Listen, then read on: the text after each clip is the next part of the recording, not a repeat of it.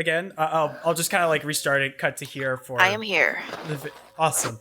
For the video and everything. So again, I want to thank you guys all for joining in my interview here today. So my first question for you all this evening is just standard introductions. Tell us about yourselves and your roles in developing OneShot. All right. Who wants to go first? Cricket chirping. Crickets chirping. I can go. All right. If y'all. Ooh, go Liz. So I did programming and story work on it mostly. I did like 3 songs in the game. That's it really. So I did no programming. I did story and art and most of the soundtrack. That's not done by Liz or Mike.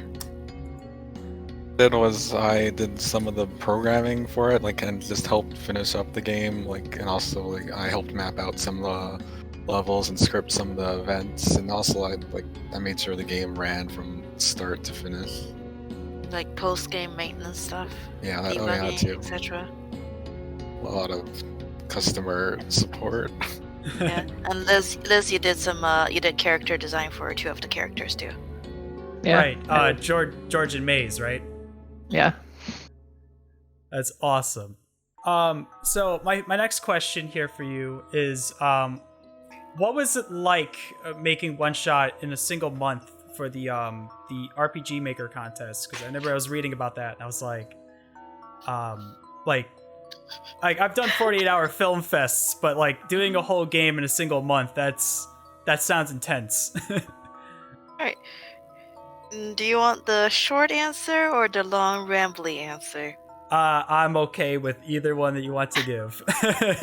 Alright, so it was a lot of late nights for me, but like both Liz and I were students at the time, so we were on summer break, and I believe it was our first month of summer break, so we had a lot of energy that, well, I can't speak for Liz, but I had a lot of creative energy that have had no outlet for the past semester because of a very busy semester. So I feel like that 1 month long game jam was pretty cathartic to just let it all out, but definitely very stressful. I remember pulling a lot of late nights with my mom watching some Asian drama in the living room. So like, and because my desk was like right next to the living room, so I was just spending hours on this, and my mom's just marathoning her TV drama, and it was like this epic, like an epic story spanning decades. And it was just, I feel like I watched it vicariously, and so that's something I always associate that time crunch with my mom's TV drama. I don't know, it's like a funny story, but another funny thing that happened was that so in the final week we had pretty much only like a couple of days to do the tower area and also the entirety of the refuge. Right. So we had to compromise, and what we did was that's why in demo OneShot you can only ever go on the catwalks. We figured that having minimal assets that you're for walking on and just the panorama just makes things so much faster. And there wasn't really a library. George being a librarian was kind of a last minute decision because Liz really wanted the character because it's a really good character, but we had nowhere else to put it. So she just became the librariation. That's awesome. That's fun. And also, sorry. Oh no, you're good. I was gonna just make a comment. Was like, because when I played both the original and the remake version of OneShot. But when I was playing the original, I was like, I didn't know that George had 6 different personalities that you can encounter, and I'm like, George is a lot more narcissistic in this run. And then like I looked it up, and I was like, That's so cool. I'm like when I found out there was like 6 different personalities to the character, I'm like, that's awesome. I'm sorry, I didn't mean to cut you off. Oh, no problem. Okay, so we can go back to George. I really like her character, and I love Liz's idea for her. So that's why, despite the time crunch, we did not cut her out. We had to put her in because she was too cool not to. And I remember it was so the deadline for the contest was I believe June 30th. I had a dentist appointment that day. Like either that day or the day before. So like, and my birthday was the day before that. So I remember on my birthday I was just cooped up in my room, like doing like 8 of the end game. Because you know how in one of the endings, the Return to Sun ending, there's like a montage of During the credits, right? Yeah, a bunch of credit images, right? I did all that in like one night, so it was like 5 or 6 hours. Like all the artwork and Mhm. oh my god, that's so cool. So, I think that was surreal. I feel like I've just been using that as my bar of productivity ever since. So every time I feel like I could give up on something, I'm like, don't give up, Knight, you can do it. Remember the one-shot credits. Oh my gosh, that's wonderful. Oh, and that was on my birthday too, and I think my mom invited some people over for like a party, but I was just awkwardly going out and saying hi and shoving cake into my face, and then bringing the cake into my room as I just very furiously drew a whole thing. I mean, I could totally relate. I survived through college, like just coffee binging and like staying in my room behind a computer all day. Oh, same. Oh, and for demo one shot, I don't even think I had. Yeah, I didn't have my professional graphics tablet yet. I just had a cheap like $80 bamboo tablet. Right. It was a little bit difficult. Sorry. Okay. That was me being very rambly because I was nostalgic. I'll let Liz talk now. I promise. Sorry. No, you're totally good. All right, let's let it rip. Yeah. So my memories are mostly centered around I had just built a new PC like at the beginning of the month. Oh yeah. And I used components kind of half salvaged from my friend's old build, and part of that, as a result of that, my computer just kept suddenly freezing, just like oh my gosh, like entire thing just instantly dead and unresponsive. No. And it was a huge pain in the ass, and eventually, having exhausted all the other options, I decided to just buy some new RAM for it. And I think it was probably like halfway through the month by the time I actually got this fixed. It was like right before we got to the Glen area, if I may interject. Remember I drew the Liz loves her RAM doodles? Yeah. Because you were so happy that the RAM got there? Yeah, and then the RAMs in the game are a direct result of that.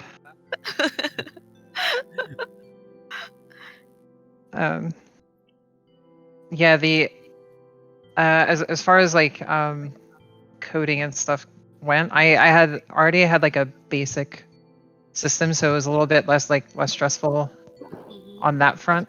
Mostly it was the maps and the story and puzzles that was difficult. Yeah, content generation.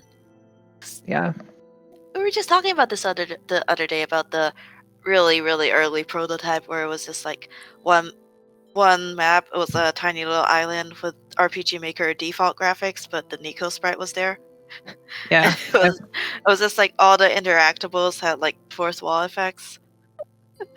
That was pretty funny. And if you close the game and open it back up, Nico turns into a skeleton. Oh my gosh. I want to say so when I finished One Shot and I was like, because I saved the world, I sacrificed Nico, I cried. But when I found out, because like I was like, oh, I want to see what the other ending was, and I looked it up, and then I found out that in the original version that you can kill Nico by closing the game. I was like, no, my heart. It was very upsetting, but it was like fantastic job on like just building that like horrorness to it with like the winds and the dark bedroom and all that, because that made me want to cry. That was one of the one of the main concepts of the game that that Liz had, was that like closing the window would be an insta death. Yeah, it was a little bit more edgy than the Steam version. Yeah, the Steam version, we had to tone down the edgy for the Steam version because first of all, people will probably get angry. Yeah. It's like Yeah, it was okay for a free game, but right. Yeah, no, because I before I played One Shot, I had very minor knowledge about because like I knew that you can only like play through it once, but I didn't know that also like for the Steam version, I didn't realize like the Solstice update. I didn't know that was a thing until like I was doing my research, and I was like, oh, cool. But yeah, no, especially for like a free product though, definitely, I think that's a really cool like thing to implement into your game.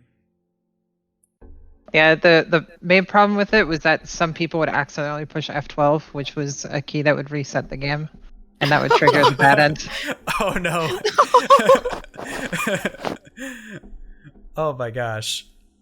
But yeah, also real quick, on the subject of George, the original game actually, it's not random which George you get. It's based on the it's derived from the computer name. So Oh, really? every single time Really? you play every single time you play the original One Shot, it's going to be the same George. oh, I didn't know that. Yeah, unless you change your computer name. What? You didn't know that? I didn't know that. I thought it was random. But- It could be a legitimate speedrun strategy to like change your computer name. I wonder if it is for the legacy version. Oh yeah. I was laughing because when I found out that you could kill Nico, and then like I YouTubed it, I was like, and then there was someone out there has a speed run for killing Nico, and I'm like, no. Oh yeah. Is my mic volume okay? Is it a little quiet? no, or... you're perfect. Awesome. Thank you. No problem. But so I guess if you guys are ready to move on to my next question, is what kind of led from One Shot from concept to final product, and what was like some of the inspirations? And I know because again, when I was doing my research, Legend of Zelda: Link's Awakening, Yuminuki, and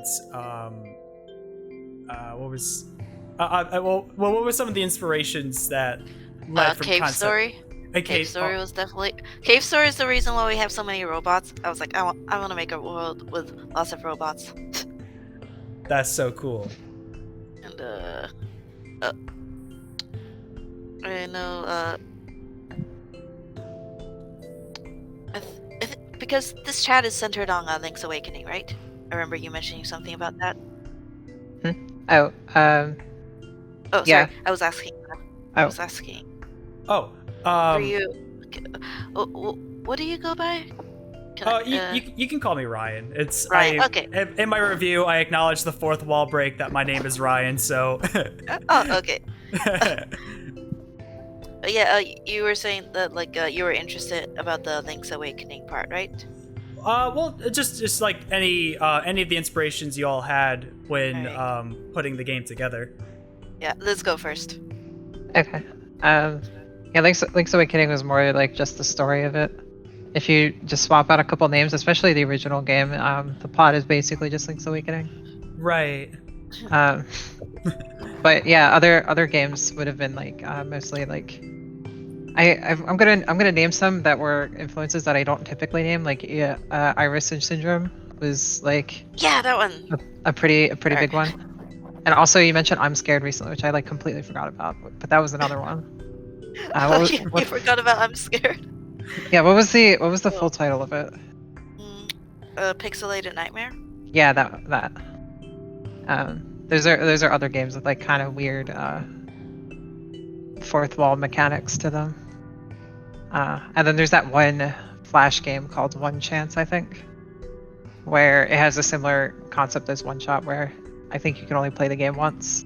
Oh yeah, I heard about that. That does sound very familiar. Yeah, I think we ended up naming too similarly. Like, I had no idea that game existed until like years, like until One Shot came out on Steam. So, Oh man. in retrospect.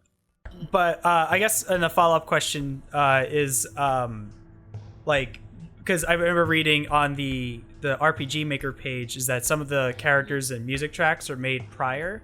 I'm assuming George was one of the characters that was made prior to like before the like I guess the 1 month development cycle of One Shot. I think we did George during the development.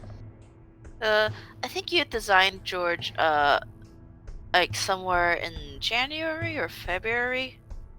Was it that early? Yeah, it was before we decided to join to enter the contest. So I know you designed Maze during the actual development period. I don't have an answer for that. Oh my. Is there something else I can help Oh with? no, I think I just triggered Siri. Go away, Siri, please. Okay. Sorry. At least Siri took it pretty well. Oh, there. That's me patting my tablet. Alright, so let's see. So George was designed before. Nico was designed in the December before we joined the game jam. I think Calamus, Alula, and Silver were designed like right before we knew about the contest, because we were just thinking about making the game over the summer already anyway, so we already had some ideas brewing. Oh, cool. I was gonna say, how is it like? Because I know from like Wikipedia and the One Shot Wiki that you guys didn't win like anything from the RPG contest, but how is it like getting your game put on like their homepage for the website? The RPGmaker.net? Yeah. I think RPGmaker.net is I don't think. Wait, did they run the contest? No, I think they're unaffiliated. They're unaffiliated. I think RPGmaker.net is just like a more like itch.io for RPG Maker games, I want to say. Oh, okay. And I remember going back onto it a lot back in the day, and I was really salty that the algorithm never refreshes. So like, instead of discovering newer games, it just keeps showing you the same games over and over on the homepage. And I really hope that One Shot isn't taking that spot now, because I want other people's games to be discovered. You know? That's a good way to look at it.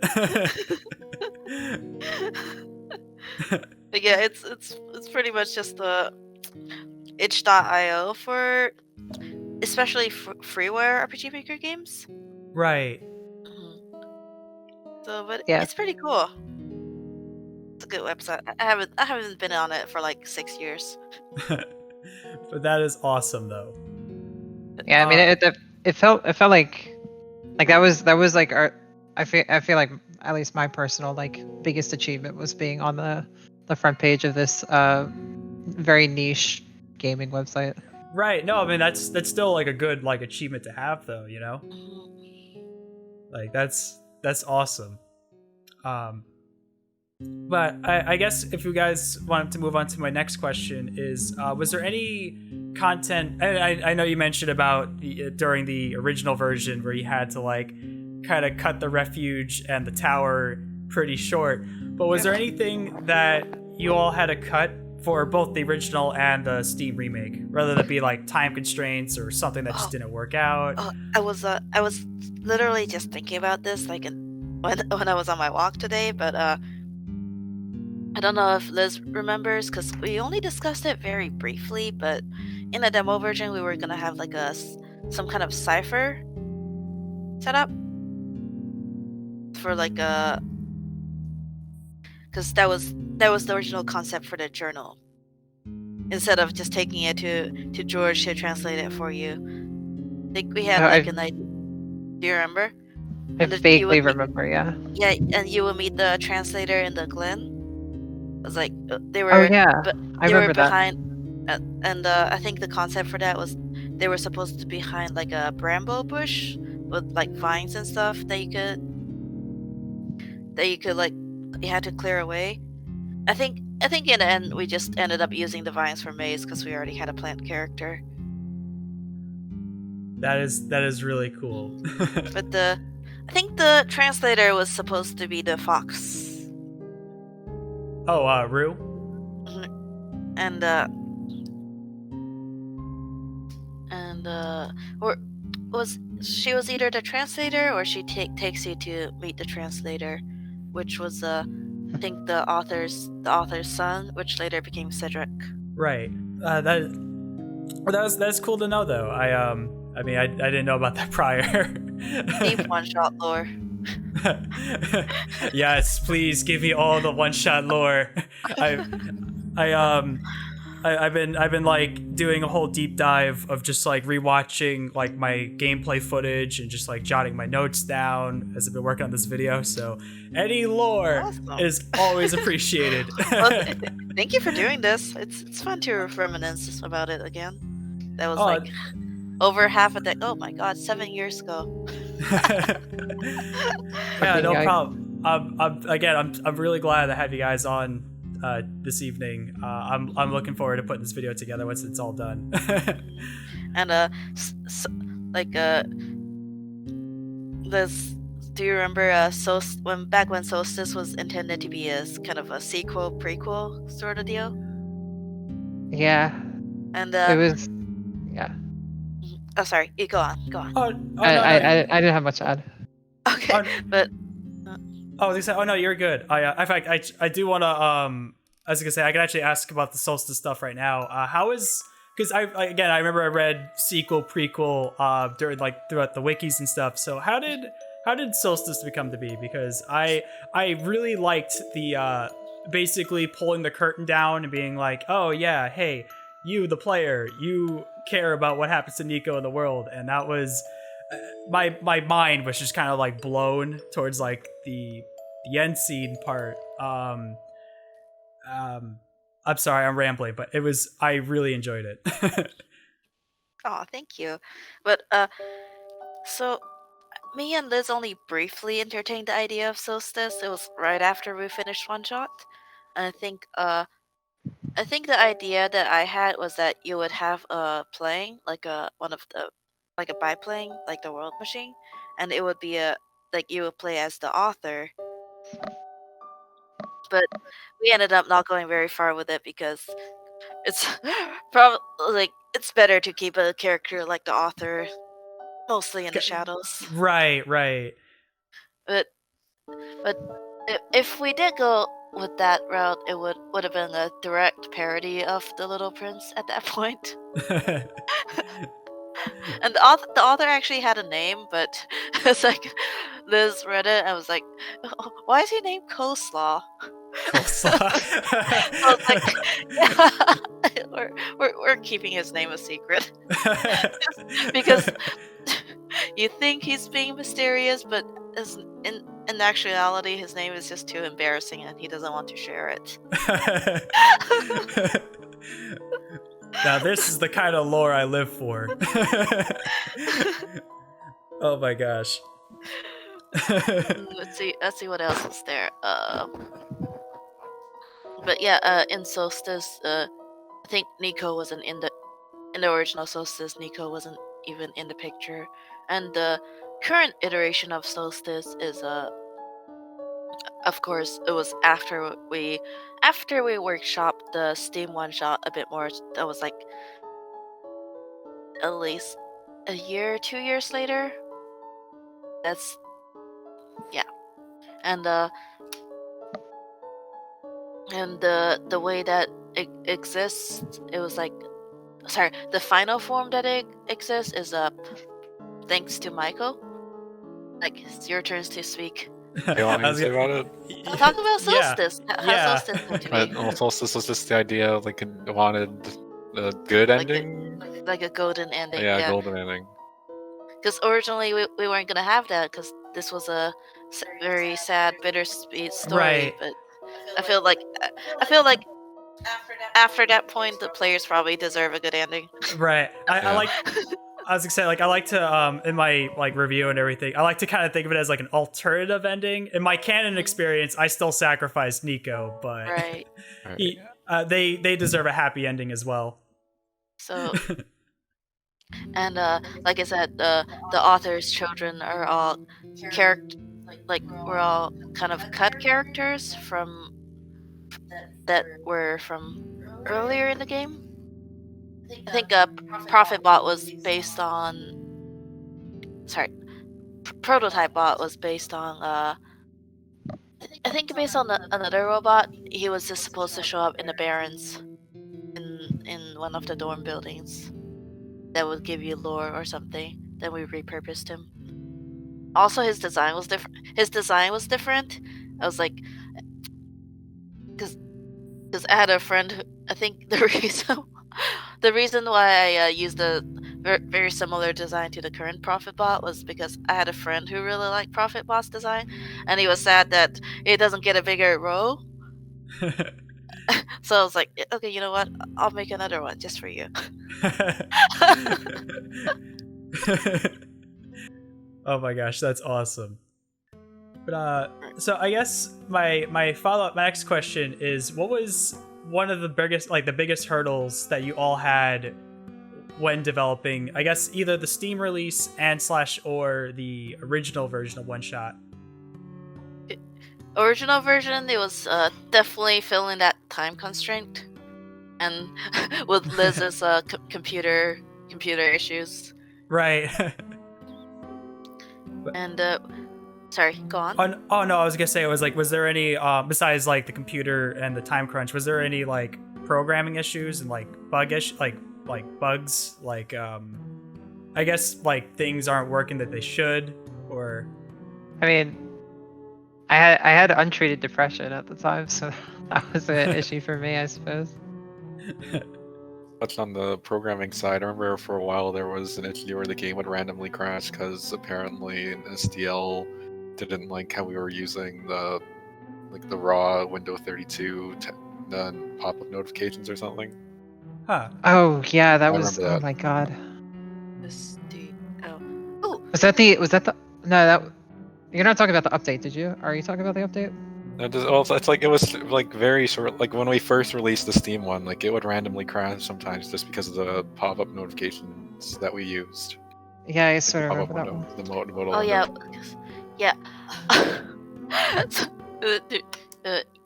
can I talk yet, or are you Yeah. still talking? Okay, so, oh yeah, I remember that. Gosh, where did I begin? Just segueing off that. I remember I actually had a final the day that One Shot was supposed to release on Steam. So I guess that's my hurdle. I was in school full time back when in the final months of One Shot's development. I can imagine that being stressful. we had a lot of stuff left to do still, and Liz with her health issues, it was a very hectic. It was a very hectic couple of months. It was a very hectic year, but especially like we were supposed to have the alpha turned in already, and the game was nowhere near done. That's why we brought Mike on board.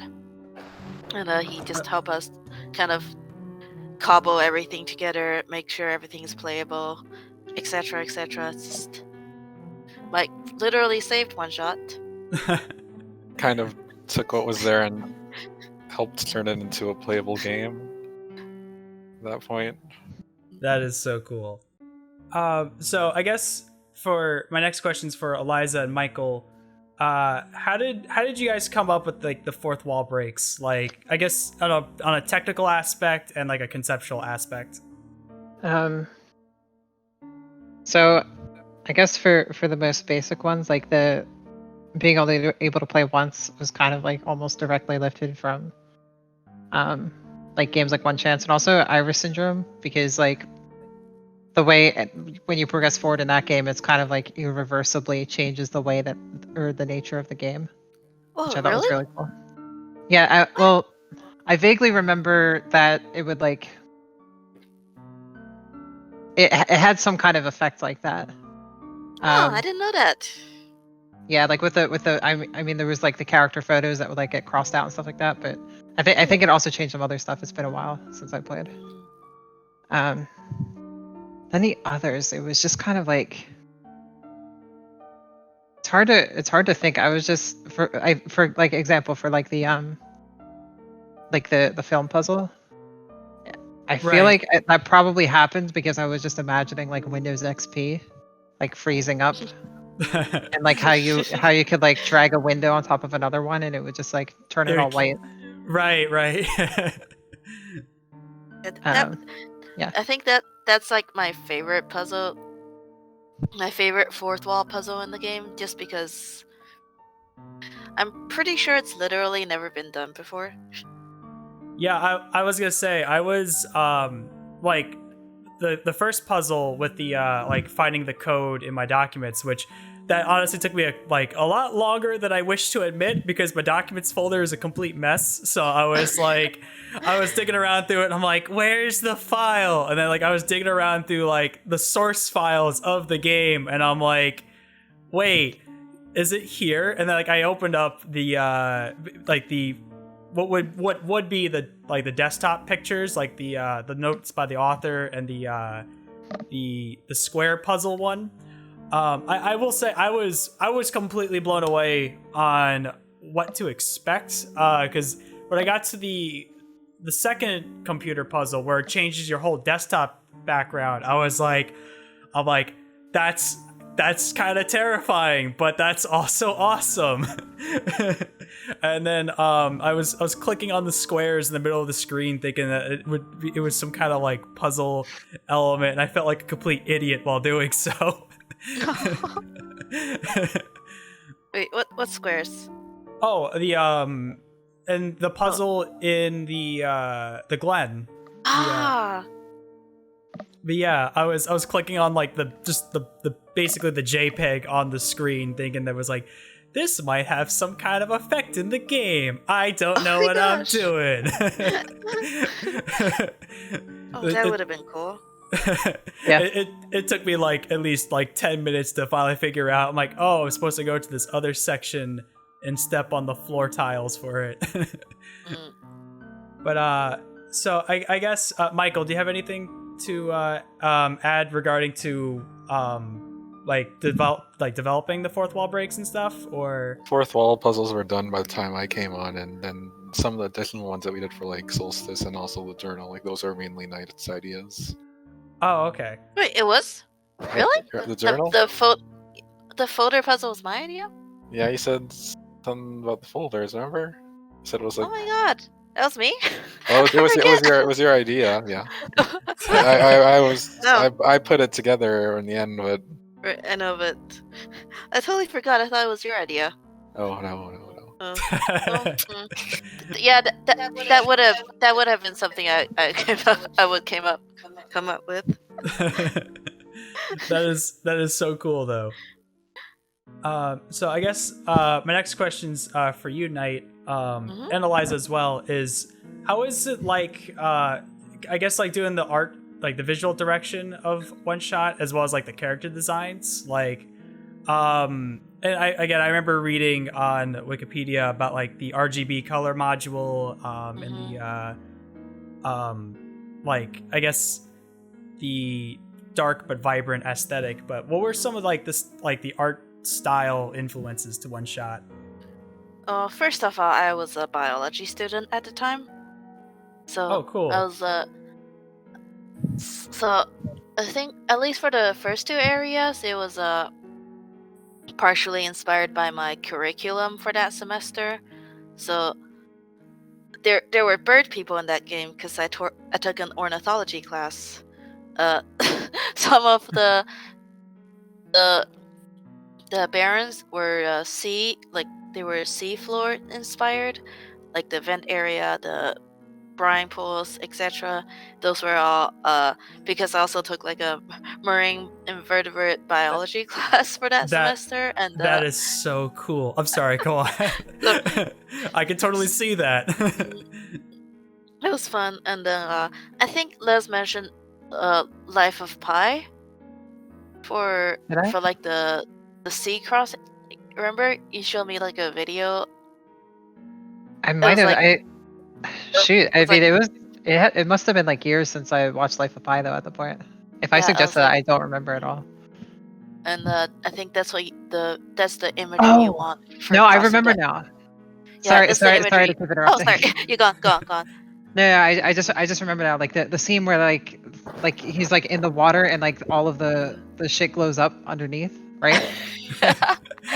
Yeah, because I remember you mentioning that was the imagery you wanted for crossing the ocean, and I was like, I know exactly what those creatures are.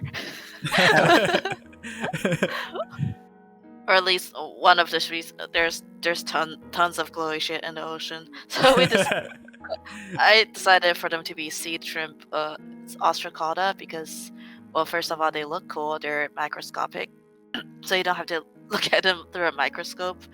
And I know in the Steam version, I drew up some like the animal anatomy stuff for the books in the library, but the one for the sea shrimp actually aren't biologically accurate. I took some artistic liberties to make them look more like shrimp, like actual shrimp. But the outer coating, the outer bubble looking thing, that part is directly influenced by what they look like in real life. That is so cool. I do not have a background in marine biology, but I would believe it. And let me think. Oh yeah, and I think right before One Shot went into development, I found out about a little game called Hyperlight Drifter, which kind of consumed my mind for the past almost 7 years now, I want to say. I was so in love with the art direction and world building of the game. I was like, I want to make something that's similar to it, but I also didn't want to make it too similar because I'm stubborn and I always want to make things that aren't too similar to something that's already existing. Right. No, I totally feel. I'll have to check that out at a later date. Let's see. So a lot of the earlier art in One Shot is inspired by Hyperlight Drifter, both in the visuals, and I was like, I have to come up with ways to make it look not like Hyperlight Drifter because I don't want to copy it, you know. Yeah. But that game was backed on Kickstarter, so they had like monthly bagger updates and such. So I think it was the first time I ever followed closely the development of a game. So that was like a really interesting process for me to see how it's done. That is so cool. I'm sorry. I didn't mean to cut you off. Cave Story and Yumeniki are also some of the art inspirations. And just Yumeniki fan games in general, I guess. It's the sort of a top-down aesthetic. I wanted to go for like a fake isometric isometric view for some part of it, and you can still see that in the outposts and the larger ruined structures in the glen. But that was really hard with RPG Maker's collision. It was very hard, and especially in the RPG Maker 2003, where I think where you're only allowed a certain number of tiles to begin with. Yeah. And Oh, I did not know that. I've briefly used RPG Maker in the past, but I didn't know there was a limited palette that you could use. both palette and also tiles. Like for each overworld map, you can only it's like a very ridiculous constraint. It was like what, 300 pixels, 300 by 200, something like that. Yeah, it's not a lot. I would not recommend using RPG Maker for any serious game project. I would. I mean, maybe as a prototype. Yeah, you're speaking from a programmer's perspective too. That's true. It's like that is good to know. like for an artist, I think RPG Maker is honestly a godsend, because it's basically just someone else's project template for you ready to go. Right. And especially if you just want to make games where you like go around and talk to things. That is so cool. I also, I guess, follow-up question is, how was it like making official merch for OneShot? Because I was working on my video, and then like I was doing my research and stuff, and I found out there was official merch, and I was like, it's all super cute. And I'm like, I sent it to my sister, and I sent her a gif of SpongeBob, you know, like the I don't need it, I need it. That was a very, very good SpongeBob impersonation. Thank you. And I was looking at, I'm waiting for a restock on the purple shirt and the plush. I'm waiting for it. But yeah, so how is it like making official merch for the game? Okay, so I think Fangamer contacted us in early 2017, I believe, and it was a couple of months after OneShot came out, and I had a little bit of experience making physical goods at the time. I've been working in conventions for about a little over a year at that point. Right. So, and I was thinking about like having my own store and stuff, but I went with Fangamer because their shirt quality is really good. They take care of all the back-end logistics for us, and they have a broader outreach as well.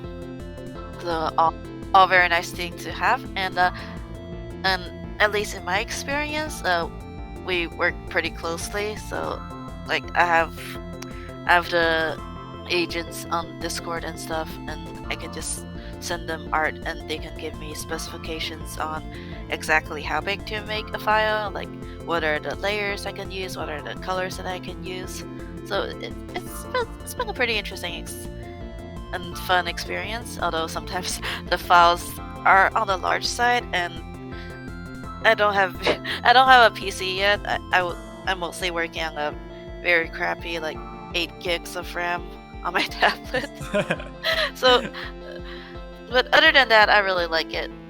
It's cool to design things and make them physical products, especially since I do that on the side anyway. Because I also have OneShot merch that are not through Fangamer, that I mostly just sell at conventions. That is cool. So my next question is what was it like composing the music to OneShot? I bought both the soundtracks, by the way. My personal favorite, no problem. My personal favorite tracks are On Little Cat Feet, Aviator, and Encounter. But I want to know, and also for Eliza and Michael, because I know you guys were also credited for the music. I was curious as to what tracks you both made, and also what are all of you guys' favorite tracks to the game. So Liz obviously made the best song in the game, Ram Victory. That's true. The best.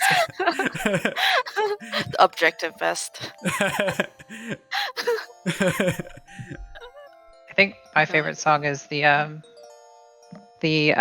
save Nico ending. I don't remember what it's called. It was called Home or something, or Thanks for Everything. Yeah, it was. Yeah, it was a very nice track. I didn't hear it in my playthrough, but Oh my gosh, that track would not have crossed my mind because it's just I think, Or maybe it was the save the world ending.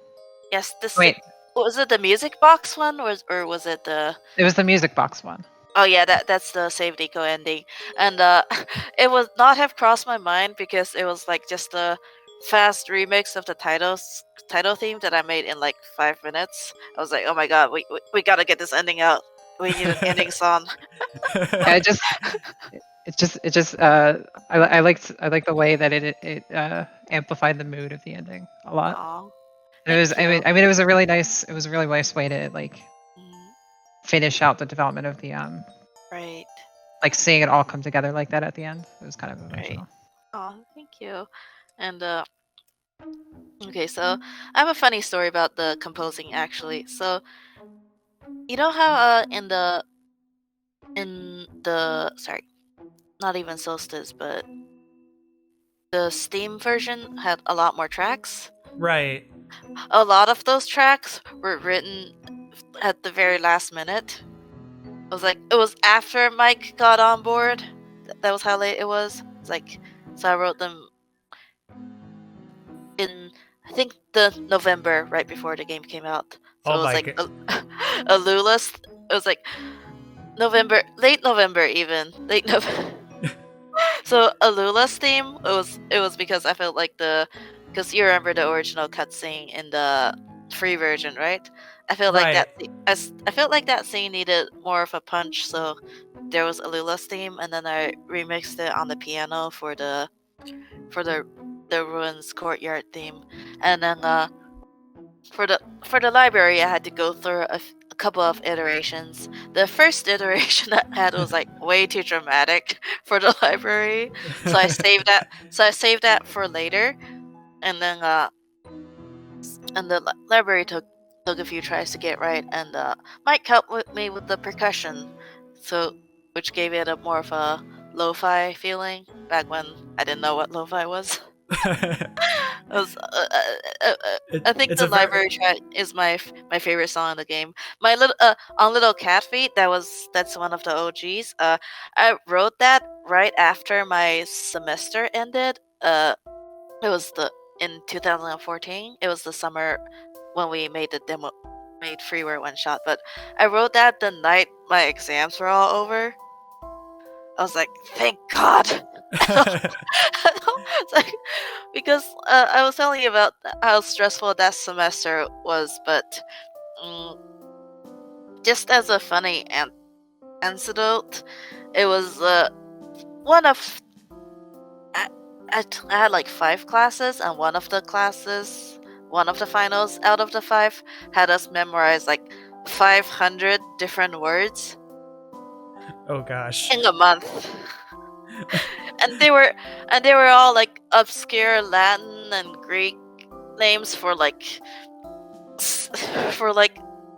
sea creatures, for like very small sea bugs and all their little body parts and mouth parts and stuff. So it was a very, very hectic semester. So Little Cat Feet was just written right after all that was over. It was a very cathartic experience. I think I stayed up until like 5 in the morning to finish it. I think the original version is still on Tumblr somewhere, but it wasn't mastered, so there was a lot of clipping. Oh my gosh, that is such a cool story though. but my favorite track was Library Strobe, and I also really like Aviator. Thank you for liking Aviator. And the track that was too dramatic for the library ended up being 11th Hour for Solstice. That is so cool. Yeah, the library one is definitely a very lo-fi, chill. Like I said, I've been listening to the soundtrack while I've been working on my video, and it's just like, no problem. And it's a very relaxing experience. Just kind of like listening to it. And again, I'm glad to hear how the production of the songs went as well, because it's awesome. I love it. Thank you. Yeah, like I think before the game jam, like in 2013, we were gonna have like a third friend work on the music, but I think like she got really busy or something, so I ended up doing the music. Gotcha. But that is so cool to hear, though. But I was gonna say, do you have anything else you want to add? I'm sorry. I think that's where the neon aesthetic of the game came from, because the aforementioned friend had more of a jazzy style for composing, so we were thinking about like having a more of a 50s inspired aesthetic originally. but now it's more futuristic, I want to say. Yeah, there's definitely an industrial feel to it. Yeah, it's futuristic, industrial. It's like steampunk, but in other colors. But that is really cool, though. Also, Michael, what's your favorite track, by the way? Oh yeah, my favorite track was like the puzzle solve theme, that little jingle that plays whenever you solve a puzzle. Right. Yeah. I never understood why you like that. I made that very fast. Yeah, so like in that one, and then one of the songs I have in the game, then which eventually became like "I'm Here," like that's what that song's called. I made that one, and that one's just a remix of the puzzle solve theme. Oh yeah, you made that for my birthday. Yeah. Oh, that's so cool. So that's all the songs I made. But you wanna know what's funny? So the puzzle solve jingle was actually recycled from like a full song that was supposed to be OneShot's main theme, but I didn't like it, so I scrapped it and started over. And that wrote "My Burden Is Light," and I was like, oh my god, this is perfect.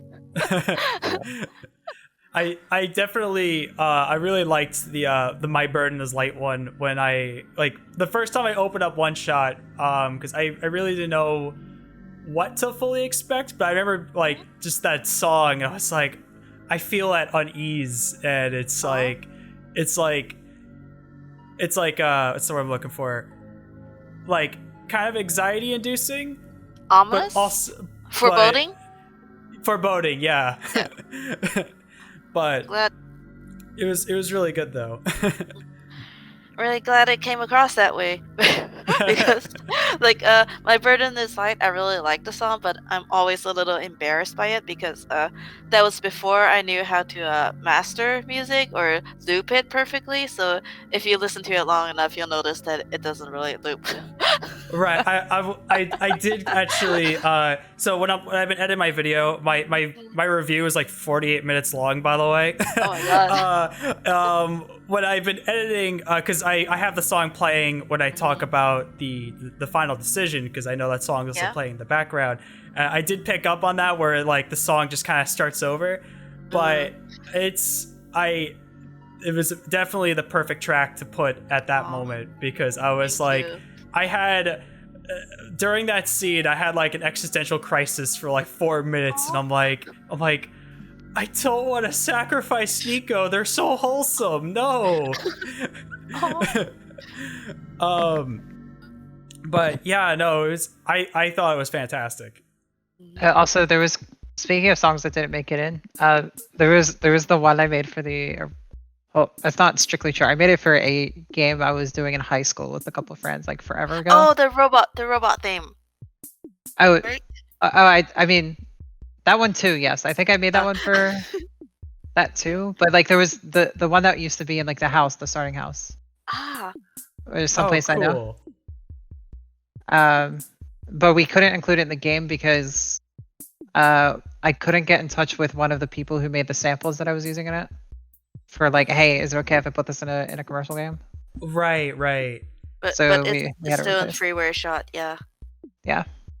I'm gonna have to like listen back to both the versions of it after this interview. But that is cool to learn though. Yeah, we replaced that. Like, I wrote something similar to it for the Steam version. I also, real quick, because we're talking about My Burden's Light and all that, I also liked the My Burden is Dead track in the original. Very creepy, very spine-chilling. I think that one was just me fucking... Oh, sorry. No, it's okay. That one was just me messing around in Audacity.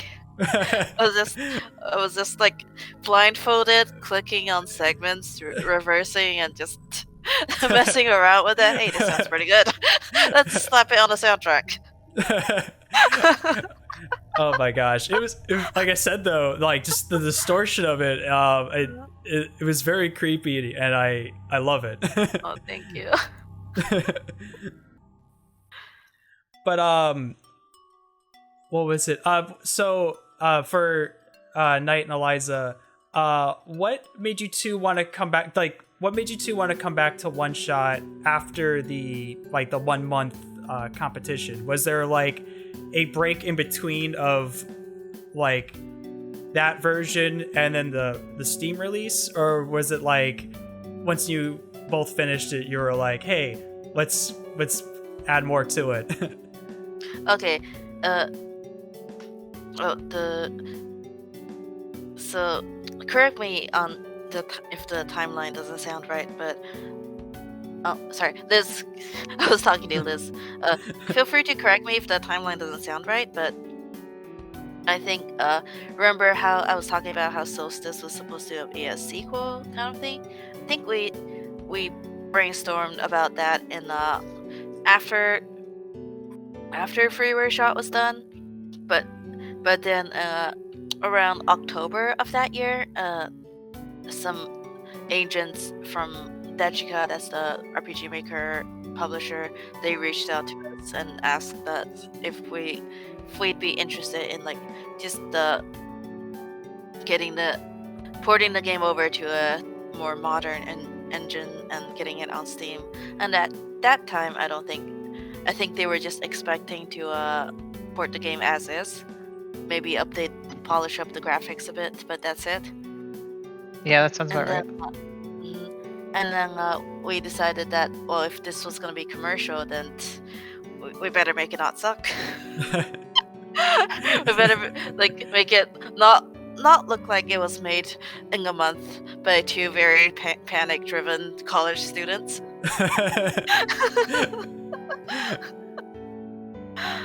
And then I think in that December, I got really sick from I was like hospitalized at one point. Oh gosh. I was really sick from pneumonia in a month, but during that month, I have very little collection of what happened, but I remember furiously writing out all the new stuff that I wanted to include in the commercial one shot.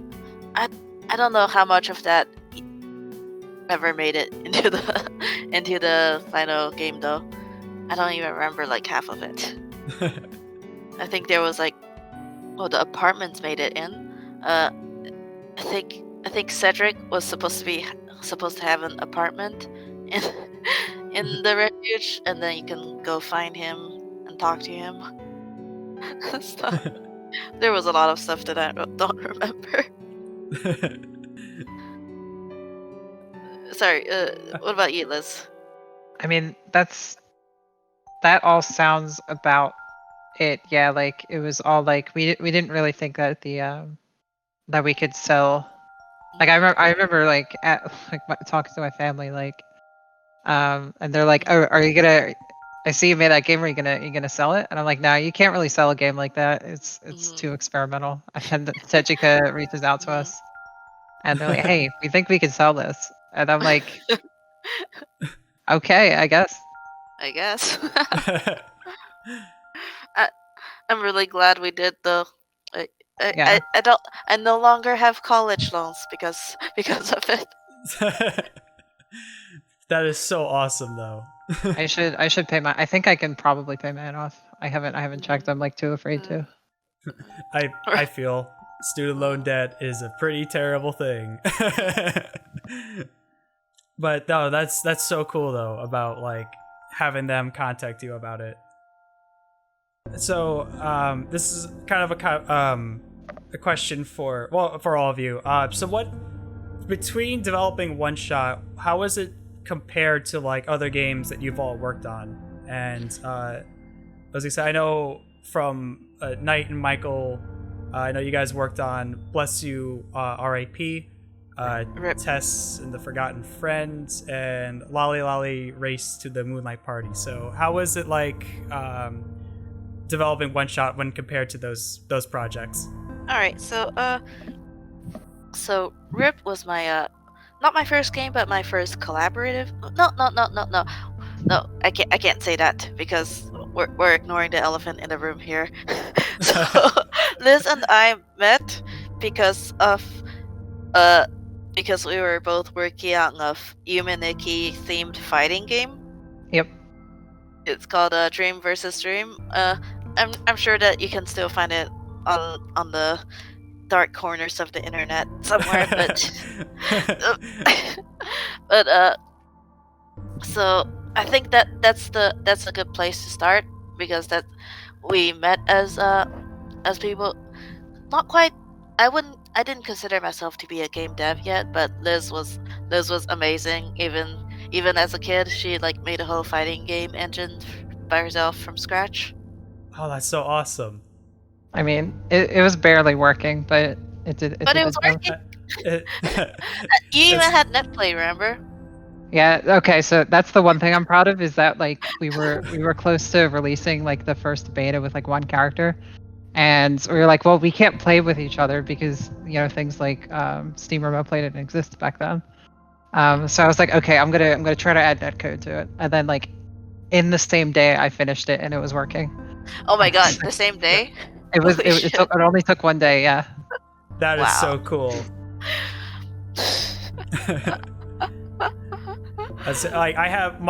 I've only briefly worked with like Game Maker Studio and all that back in the day, but like I would not know how to do a online game like that. But yeah, we worked together on a fighting game. Liz did the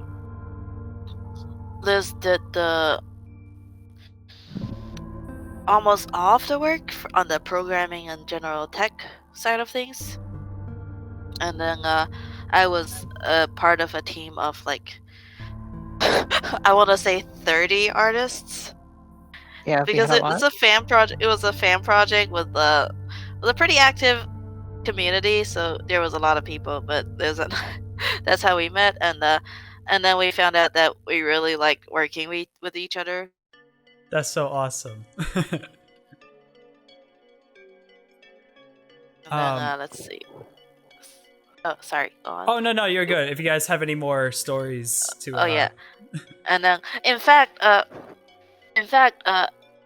when Liz and I were working on One Shot together, from my perspective, I was like, oh my god, this is so easy. I don't have to animate like 100 things. I don't have to like tell like these 30-40 people how to animate 100 things.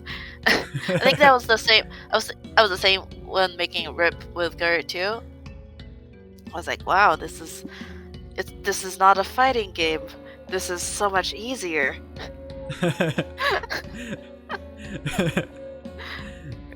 And then I don't think Tess and the Forgotten Friend got too far along, but yeah, but the first Tess game, it was actually made for the same contest. Mike worked together with another friend to make it. Oh, cool. But I was gonna say, Michael, do you have any comparisons as well? One Shot's a bit of a weird project because like about 80% of it was already done kind of when I joined the effort, and so I ended up, a lot of my work is just stitching things together and polishing it up. Oh yeah, and And Solstice. Solstice. Yeah. Did a lot for Solstice, yeah. Solstice is like, I want to say a third of the game. So don't downplay your contributions. Well, I mean, yeah, like 80% of the base game, excluding Solstice. Gotcha. Oh, we can't talk. Yeah, we can't talk about it yet. Oh, so I was gonna say, I can, if you guys have anything else to add, if not, I can move on to my next question here.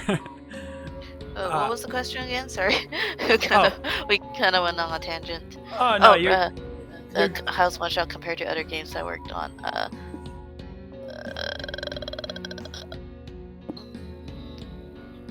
Yeah, I think that's it. I think a lot of, or not a lot of, but at least some of my one-shot experience came from RIP, because we released a demo for RIP right before Liz and I worked on one-shot, like started making one-shot, or right before Liz and I started making one-shot for the contest, I should say, because at the time I was working on both at the same time, but differently. And for the contest, it was the first time I had to like dedicate a lot of time to one project in particular. And Mike got so salty about that he made that he made tests. Right? It's like, I'm gonna make my own game with blackjack. Pretty much. but that wasn't a bad thing, right? It was just, oh my god, I should. It was. Now we both have games. That is so cool though. So my next question for you all is, what was it like getting like an overwhelmingly positive reception on Steam, as well as the like, how was it like getting nominated for the Golden Joystick Awards? Nobody gonna say anything? All right. Guess I'll go again. All right. The overwhelmingly positive reception, honestly, was a surprise for me, because like Liz said, this is a pretty experimental game. So, like, we weren't like we think that some people will probably like it, because no point in making a game that people are gonna hate. But we were also expecting a lot of people to hate it. It was like to find it like weird. It was like, oh, what? Why is it? Why does the game make such a big deal of closing the game? Why does the game shut off by itself? Why? It's like, right? Just why is this so weird? So Yeah. So that was a lot of our concerns back then. I remember having talks about this, and which was why we made the decision to remove the edgy part of closing the window, killing the character. Yeah. But was Golden Joysticks the was that the thing in Indicator, or was that a different award? Different award. Okay. Golden Joysticks. I honestly don't know what it was, because I don't think I've heard of it before. Yeah. OneShot. I think that was the first time that I heard of it too. Was that OneShot was nominated, and we were like, cool. But we were going up against like PubGov. Right? That was like I think it's like a online poll or something, wasn't it? Yeah, it was like some kind of pop. I mean, most of these awards are online polls, right? Not all of them. No, like the Indicator one, I think it's like more like by a panel of judges. Right. And Indicate was also like a more. It's more akin to like a film festival, though. Yeah.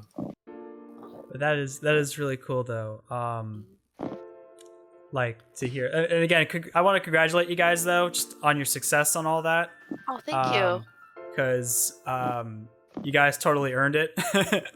But I guess for my next question for you all is, 4 years later since the or 7, considering the original one, but like 4 years later, since the release of One Shot, what would be one thing you would all change in retrospect, if any? I would go back in time, go to art school, learn 3D, and make One Shot a 3D game. I'm kidding.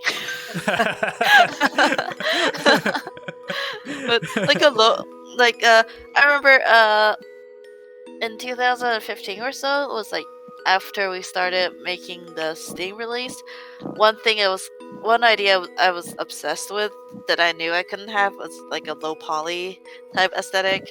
That was mostly because I played Journey recently. I was like, oh my god, I can't stop seeing Journey and things. But I think some parts of the Steam aesthetic was like a tribute to that, like the graveyard. I think the graveyard in One Shot was a direct nod to the graveyard in Journey. There was the one part that made it in. Yeah, I think I would probably get like medication for my ADHD and my depression. It would be the biggest thing. I need to work on that. I also feel. I think. Yeah. I think my anxiety balances things out, so that like I was working, but it sucked the whole time. I think I would also dropped out of school sooner. Yeah, I wasn't kidding about saying like being an art major though. Science major doesn't pay very well, as it turns out, despite what my parents thought. I mean, that's a surprise to me. I mean, I feel though, I graduated with an art degree. I'm still trying to figure out how to use it, so I do YouTube now. Yay! But yeah, no. I'm sorry, I lost my train of thought. But that's good to like know. I'm sorry about the anxiety and the depression, though. I relate. But sorry, I'm gonna move on to my next question here because I'm rambling. Unless I had a bit of a list of things for this. Yeah. Somewhat of a concrete list almost, but one thing that like a lot of players would always complain about is that like it was easy to get lost in the game. Right. And so we did have a fast travel, and that does like helps players get around little, but it didn't really help them visualize the area. So like one thing I would definitely add would be like some sort of mini map system that you could sort of visualize everything, and maybe integrate that into the fast travel so you could select where you would want to go. Right. I was gonna say I did have some like at least when I first started playing One Shot, I was kind of like maybe a little bit overwhelmed when looking around, but like after a while I started like familiarizing myself with the map. Oh my god. I was just thinking I would add farming mechanics. I think I would make the game not as linear, maybe, so that it gives you more of a sense of like the world is alive, and I was also like have more side quests and like NPC interactions and optional stuff. Yeah, didn't we initially make it or like plan it so that it would be open world? Like you could just go back to the Barrens if you wanted to. Oh, did we? I forget. I remember talking about it at least, so that we realized that was going to be like way too difficult to do for the game. Yeah, that sounds like something we would talk about pretty early on. But I remember the very first concept we had for the world was more like a whatchamacallit, like a solar system. Like the sun would be a big machine. That one's in the huh? Oh, I don't quite remember that. That must have been really old. I don't think I did any concrete art of it, but I remember that was how I envisioned the worlds at the time. Like, you'd hop from different planets with some kind of teleporter, and like each of the world would loop around in like a Yume-Nikki type of map because the planets are round and stuff. Yep. And that was a concept I borrowed from the Little Prince Yume-Nikki fan game that I wanted to make forever ago, but never did anything for it. Things I think would be like good for the game if we were to fix it up would be like maybe like a jukebox where you could play some of the songs you've heard in the game already, or like a place or like some character profiles get some more information on characters that you've met. And farming mechanics. And one other thing is I have to think about the like it'd be nice if we like. I think it was like kind of a mistake that the beds were one-time use only in the Steam one. Right. Right. Since like in the original, like you can use them as many times as you want, but in the Steam one, we kind of, I'm not sure how it happened, but you can only use them once, and he goes like, "I'm not tired anymore." Right. So maybe I'd fix that too. Oh, why would you use that? Why would you use that again? So you can go to sleep and save the game. But you could just save the game. Oh, you by can closing. just close the game, yeah, but still. I mean, the Yeah, reason but why I we had mean- the beds. Oh my god, Liz. Do you remember before we had the beds? We like there was a concept of the game One Shot where you had to play the whole thing without saving. Yeah. Yeah. And we I thought remember that was too mean. That's why the beds are in the game. Yep.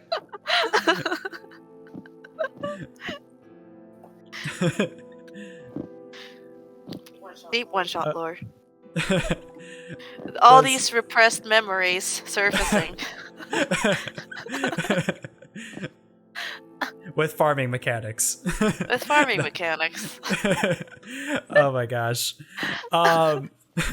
So I guess before I move on to my last question for you all tonight, I want to know if you have any questions for me at all. Sure. Who's your favorite One Shot character? Okay, so besides Nico, them being absolutely precious and adorable, the lamplighter speaks to me on a personal level. You can tell he's my favorite because of my visceral reaction. It was very fun to write. Yeah, he's my fave too.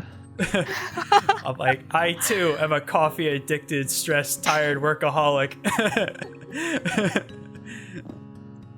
But yeah, no, I really loved all the characters in the game, but the lamplighter is definitely, besides Nico, my other favorite. And to think he didn't exist until the Steam version. I know, that was like when I played because I played the original. It was more of a speed run for me because I was already familiar with the Steam version. But then I got to the refuge and I'm like, where's the lamplighter? No.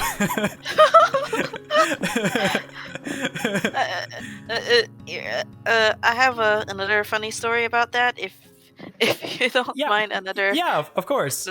Okay, so originally, I don't think the lamplighter was supposed to have that big of a role. I wanted to put him on the bridge between the city and the factory, and he was just supposed to give you like some lore dump, like basically his dialogue in the elevator.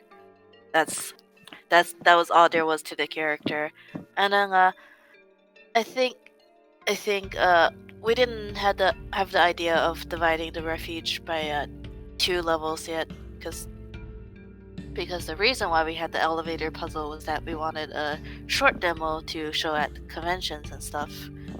So we cut the refuge in half that way, so that the library wouldn't be available right away. And in that version of the refuge, Kelvin was supposed to have a bigger role. I think he was supposed to be head of the factory. Like he was supposed to be like the overseer who makes all the little robots and stuff. But he was too hard to animate, so I scrapped that. So now he just gets to sit in the alleyway and vibe with cats. And the cat was and the cat honestly was just almost just got rid of his character altogether because, like I said, hard to animate. But then I was playing Neko Atsume. I was like, what if I just put cats on him and just shoved him in a remote corner somewhere as a Easter egg NPC to find, so that worked out, and which leaves out like a vacancy for both like a character-driven puzzle and also we needed an NPC to interact with for the upper refuge elevator, which we needed for our demo. And I think for like a split second, I wanted to go with a robot for that one before thinking, I kind of like the lamplighter's design. Let's just put him up up in the upper level. And this is also why his color scheme changed. Before he just had like a more of a brown color scheme. He had like a brown jacket and hair and stuff, but that obviously isn't gonna work against the brighter city background, so I had to make him like purple. But that is so cool though. But yeah, I was gonna say, and I guess my last question for you all tonight is, I guess as game developers, what advice, whether it be art or music or programming, what advice would you give to somebody who would want to make video games themselves someday? See, for me, the question is hard because I can't program. And it is in fact impossible to make a game without programming knowledge. Even with RPG Maker. I just you were talking about Lamplighter, and I posted a. I saw that. Oh my gosh. we should have kept that as like a rare chance of it happening. 1 out of 50 times. Yeah. I'm losing 0.58880815299333333 minutes of work already. Oh my gosh. Did you know that for the elevator puzzle, if you tell Lamplighter to just brute force the puzzle, you can actually get him to do it, but you have to leave the game open for like a week. Are you serious? Yes. That's, oh my gosh. Like 2 days or something? Oh, yeah, 2 days, something like that. Yeah. Not a week. Oh my gosh, that is awesome. I'll eventually get it. I'm like, I could go try to get footage of that to include in this video right here.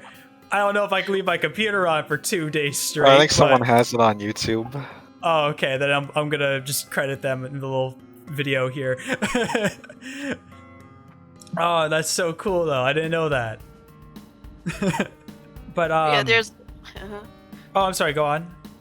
There's a lot of random I want to say shitposty quality things like this sprinkled throughout the game. I think for the library, if you're interacting with books. If you're interacting with any book that's not like one of the shiny books, you'll get a line of dialogue that says books are placed neatly on the shelf, but Mike added a script that scrambles that, so you ended up with there's like 7 variations of that sentence that you can cycle through. So I got bored testing all the books in the library, so I added that in. Oh like, my god. Place books are on the shelf neatly. On the shelf are neatly placed books. Oh my gosh. I'm having my sister play through OneShot tomorrow, so I'm just gonna tell her while I'm watching her play it, go select the books. Yeah. And then for the photo puzzle, you can just keep getting the photos, keep getting the Polaroids. Hey, that one was like, it was like a bug first that like the puzzle didn't like disable itself at the end, so you could keep getting photos. And they're like, oh, we should make this a thing then.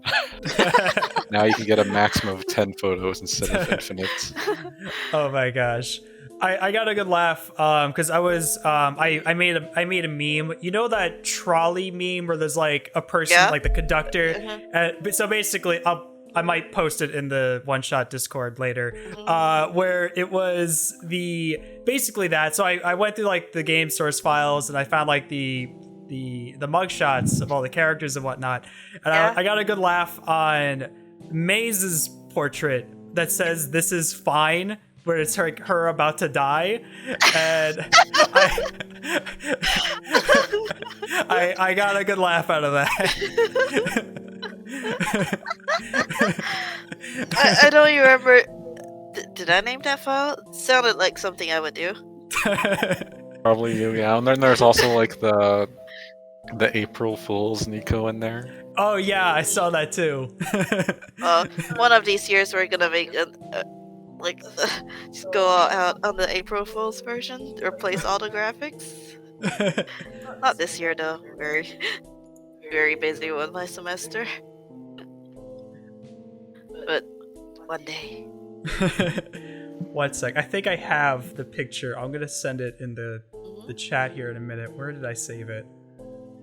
It's super zoomed out, but I kind of included this little bit into my video, but yeah. Oh no.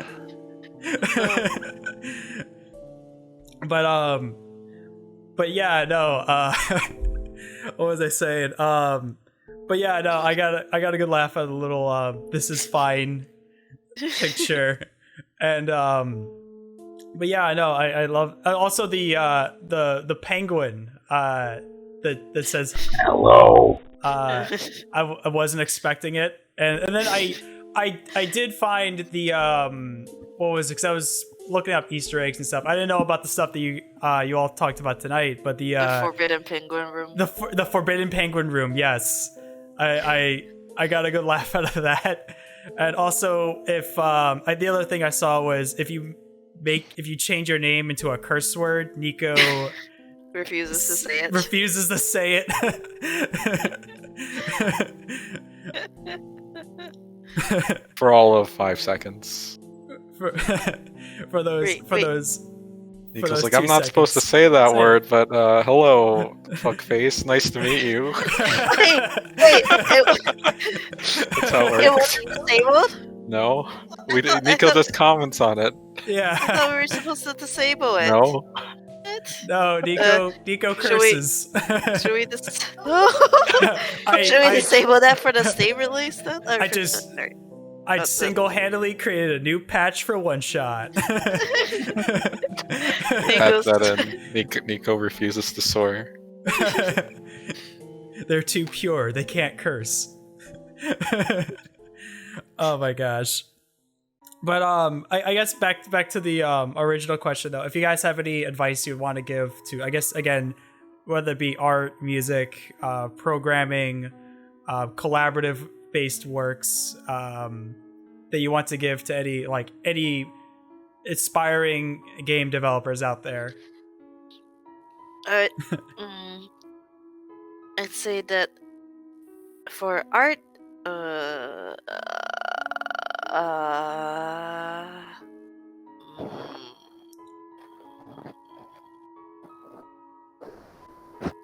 I forgot what I was about to say. You guys want to say anything? Don't use RPG Maker. But that's not good advice. I feel like I'd give that advice too. It's you guys are programmers. You don't count. You would just you would say, okay, don't use RPG Maker, and then you would make a prototype with like your own code, and then It would be forget about perfect. it. You forget about it for a couple of years, go back, look at it. Ew, this is ugly, and then you never touch the project again. So I mean, that only happens once or twice. Then eventually your code is a little less ugly as you go on. I would say the opposite. I would say use RPG Maker just because it's so easy for these to get off. Don't use it.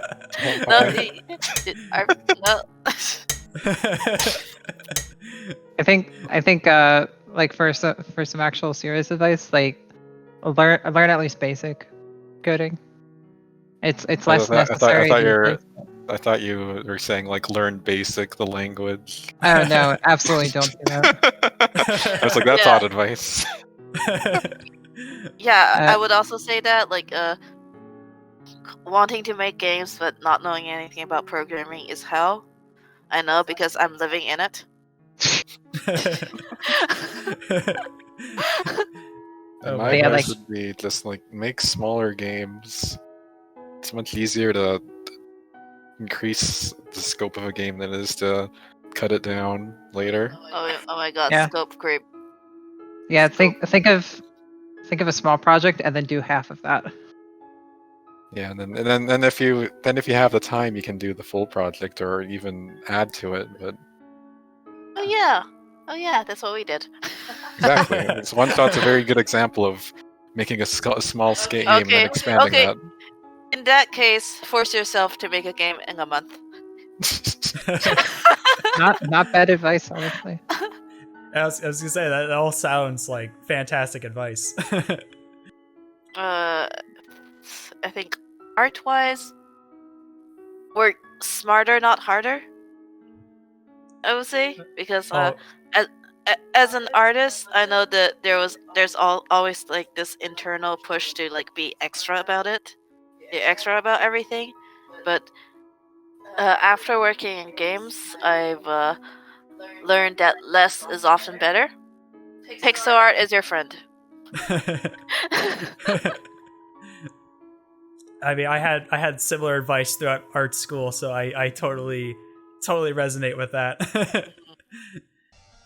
But yeah, I guess in sake of wrapping things up, I want to thank all three of you for participating in my interview today.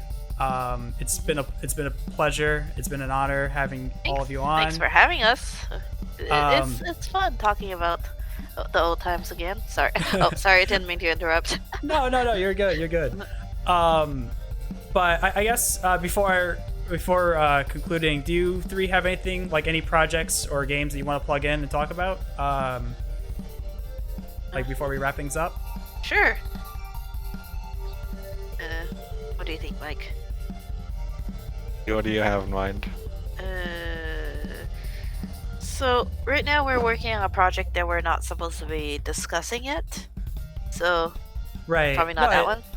Yeah, no, it's totally fine. Does Liz want to talk about her projects?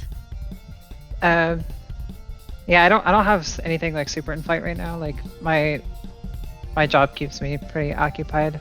But yeah, I would shout out a game that I enjoyed very much that I think you should play. Maybe if you like OneShot. Yeah. It's called The Outer Wilds. It's pretty well known, but it's often confused with Outer Worlds. They are two Outer different games. Wilds?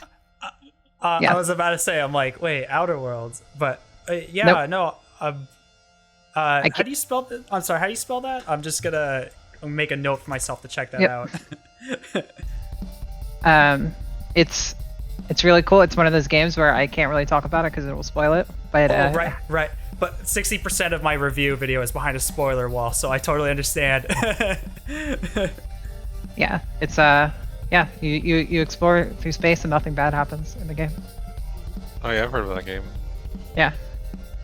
But yeah, I'm- my friend would not stop talking about it. Like, I can't play it. It's 3D. I've been again like similar to what you're saying about like not spoiling it. I've been kind of egging a lot of my friends about OneShot since I've been working on my like I spent like a good like week typing up a script for my video and everything, and then I'm like I have so many things I want to talk about this game, but I need you to go play it before you watch my future video on it because I don't want this to be spoiled to you. Wait, do we feed Blico? No, Lico's still hungry. Oh, She'll be fine. She'll live. okay. But yeah, I'm sorry. Is there anything else you guys want to talk about? Okay, we were talking about Bless You Rip earlier, and me and Mike was thinking of maybe going back to it again after our current project ships. Yeah. Because we were working on it last year before having to do this project. Yeah, we're picking it up again. Yeah, we were picking it back up again. Like, you redid the engine with Noxid, Mm-hmm. and I was like, It's like lately I've been like for the past couple of months, like I think ever since after watching Mushishi, I was doing like concept doodles again. So yeah, that's gonna be fun. Oh my god, how'd she get up there? She jumped on the counter. Okay. She's Oh, just sorry, that that was hungry. our That's cat okay. was being naughty. That's okay. I was my cat is just chilling behind me right now. My cat's hungry because so it's like an hour past her dinner time. Right. But, Oh, I'm sorry. Go on. yeah. So yeah, it'll be interesting to work on Rip again. That was the first project that I kind of plan on finishing, sort of. That not counting Dream versus Dream or that a really experimental RPG Maker games that I made back in college. But yeah, I think I can't say that Rip would be more interesting mechanistically because I don't think anything I'll work on ever again will be as interesting as One Shot in terms of mechanics, just because the fourth wall breaks and Right. stuff. But I think it's got like an interesting story. Like Rip's got like an interesting story structure that I think that I really like, and I hope that the game comes out before I turn 50. It'll be done eventually. We made that demo in a year, but that was also that was like the year that I had the hellish classes where I had to memorize 500 words in a month. So maybe this time it'll go faster.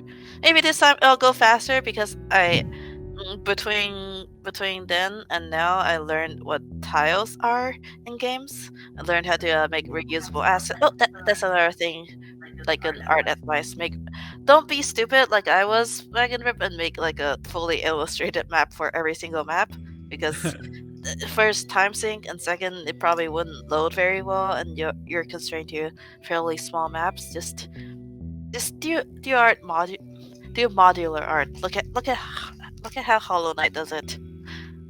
I love Hollow Knight. It's still on my bucket list to play. It's not easy, but I really like how they handle the art and design in Hollow Knight, because it's a 2-people team, so they're efficient as hell, and they got the game out in like 2 years, which is incredible. Yeah. But yeah, I recently posted a song for Rip on my SoundCloud. Are you really plugging your SoundCloud? I mean that's what this part of the interview is for. Please plug in the SoundCloud. Definitely. That's the new art I did for it. Like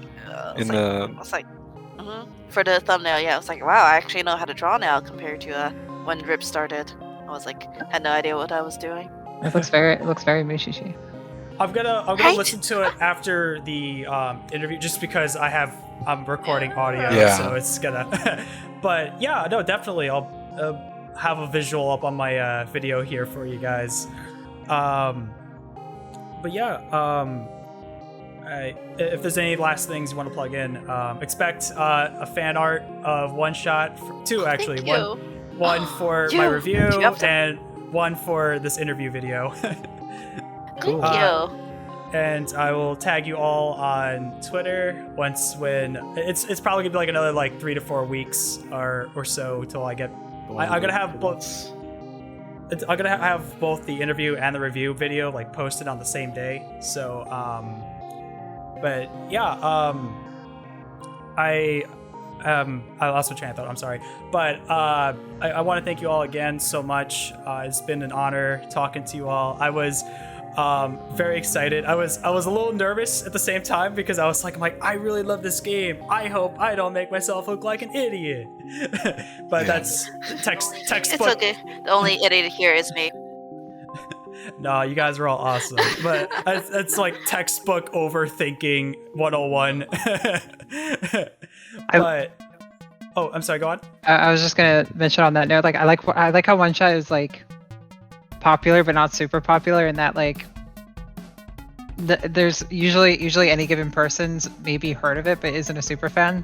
Right, right. But like sometimes if somebody hears that you've made one shot, they're like, "Oh my god, I love that game," which has only happened to me like once or twice in my life before. But Oh, I'm sure that's a cool. great feeling. That sounds awesome.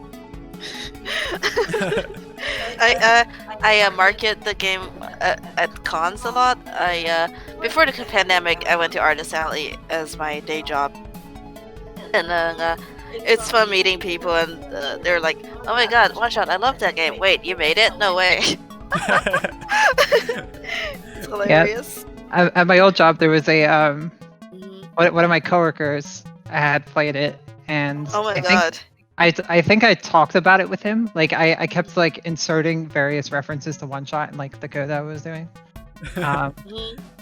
And there was like one day where like I was just I casually mentioned like developing for it or something, and he's like, "Wait, you made it?"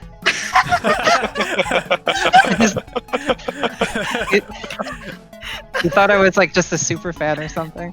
Oh my gosh, that is so awesome. What kind of code stuff you were making, by the way? What kind of clothes does he wear? No code. Sorry. So what kind of Code. what were you putting in the Oh, code? I was just naming servers like Nico and stuff like that. I had like a Aw. Nico Oh, icon that's adorable. as one of them. Yeah. Not anything too extensive. Great. I think I met a guy on a plane once. It was like he was like sitting next to me. I was like, we were talking about it. I think he recognized OneShot from the shirt I was wearing. It was pretty funny. Oh my gosh, that sounds great. Oh my gosh. But again, I'm being a broken record, but I want to thank you all again so much. It's been a really great time talking to you all. I learned so much lore about OneShot. Deep lore. Deep lore. And I'm very terrible with conclusions, but again, I just want to say thank you all, and I'm looking forward to putting this interview video together. You guys have all been great, and but yeah, again, I'm being a broken record, but thank you all so much. Thank you for again letting us hang out like this. Yeah, of course. But yeah, like I said, I'm gonna wrap it up for realsies this time because it's like my fourth time saying it. But thank you all so much. It's been a lot of fun, and I'm also gonna try out because I wanted to try out before our interview, but the because you guys have demos of I'm sorry, I already forgot the name. RIP and all that. Oh my god, that was so old. At this point, I'm almost gonna say, don't play it because it's It's from a different time. I feel like the one of the main characters has her personality changed because I think originally she was supposed to be like younger, but I was like I made her a bit older, like a totally different character. I feel though, like anything that I've made prior to like 2020, 2019, I'm like, I want to just throw this in the trash. But yeah, okay, for realsies this time. Thank you all so much. It's been an honor, and I hope you all have a wonderful evening. And I'll keep you posted on whenever my videos are almost done / when they are done. Yeah. Thank you. Yeah, thanks. No problem. You all have a great night. You too. Yep. Bye bye. Bye. Bye. Bye.